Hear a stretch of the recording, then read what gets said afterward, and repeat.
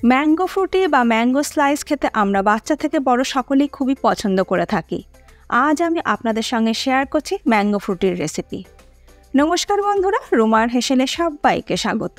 আশা করছি সকলে ভালো আছেন, সুস্থ আছেন। এখন যেহেতু আমের সিজন, তাই খুব সহজে কম উপকরণে একদম দোকানের মতন ম্যাঙ্গো ফ্রুটি বাড়িতেই তৈরি করে নেওয়া যায়। কিভাবে অনেক দিন পর্যন্ত স্টোর করবেন সব কিছুই আমি শেয়ার করব। তাহলে দেখে নেওয়া যাক আজকে আমার এই ভিডিওটিতে। ম্যাঙ্গো ফ্রুটি বানানোর জন্য আমি কড়াইতে দিয়ে দিচ্ছি 2 কাপ পাকা আম, আর দেব 1 কাপ কাঁচা আম। এবার আমি এর মধ্যে দিয়ে দেব 1 লিটার জল। এই রেশিওটা অবশ্যই আপনাদের খেয়াল রাখতে হবে। 2 কাপ পাকা আমের সাথে 1 কাপ কাঁচা আম আর 1 লিটার জল। গ্যাসের ফ্লেম হাইতে করে আমগুলোকে সেদ্ধ করে নেব মিনিট 5 সময় ধরে। আপনারা পরিমাণে এর থেকে বেশি করেও রাখতে পারেন, তবে শুধু খেয়াল রাখতে হবে আমের রেশিওটা হবে 2:1। মিনিট 5 ফুটিয়ে নেবার পর দেখুন আমগুলো কিন্তু সেদ্ধ হয়ে গেছে। আমি দেখিয়ে দিচ্ছি, দেখুন 2 ধরনের আমই কিন্তু একদম পারফেক্ট সেদ্ধ হয়ে গেছে। আমগুলো সেদ্ধ হয়ে যাবার পর এর মধ্যে দিয়ে দিচ্ছি 250 গ্রাম চিনি। আম কতটা মিষ্টি বা টক তার ওপর কিন্তু চিনিটা কতটা দেবেন সম্পূর্ণটাই নির্ভর করছে।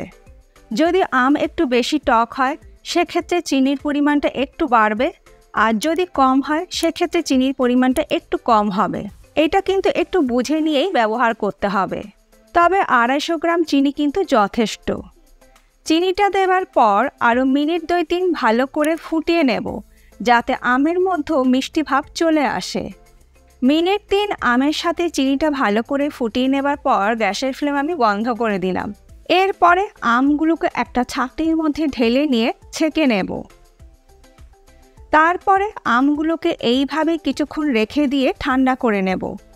মিনিট 15-20 পর আমগুলো যখন পুরোপুরি ঠান্ডা হয়ে যাবে, তখন আমি এই ঠান্ডা হয়ে যাওয়া আমগুলো আমি একটা মিক্সিং জারের মধ্যে ঢেলে নিচ্ছি।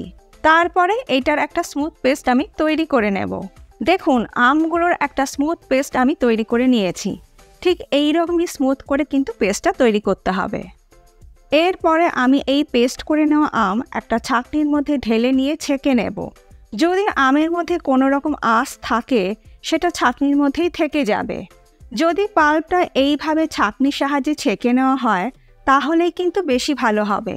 আমের পাল্পটা আমার ভালো করে ছেঁকে নেওয়া হয়ে গেছে। এবার একটা হ্যান্ড হুইস্কি দিয়ে চিনির জলের সাথে আমের পাল্পটাকে ভালো করে মিশিয়ে দিচ্ছি। এই পর্যায়ে আমি আপনাদের সঙ্গে একটা কথা শেয়ার করে রাখছি, যদি আপনারা এর কনসিস্টেন্সিটা একটু পাতলা করতে চান তবে এর মধ্যে একটু ঠান্ডা জল অ্যাড করতে পারেন এই পর্যায়ে, তবে আমি আর করছি না। সব কিছু ভালো করে মিশিয়ে নেবার পর এটাকে প্রিজার্ভ করে রাখার জন্য এর মধ্যে দিয়ে দিচ্ছি 1 টিস্পুন ভিনিগার। সব কিছু ভালো করে মিশিয়ে নিলেই আমাদের ম্যাঙ্গো ফ্রুটি একদম তৈরি। খুব কম সময় কম উপকরণে তৈরি হয়ে গেল দোকানের মতন ম্যাঙ্গো ফ্রুটি। আমি এবার গ্লাসে ঢেলে সার্ভ করছি।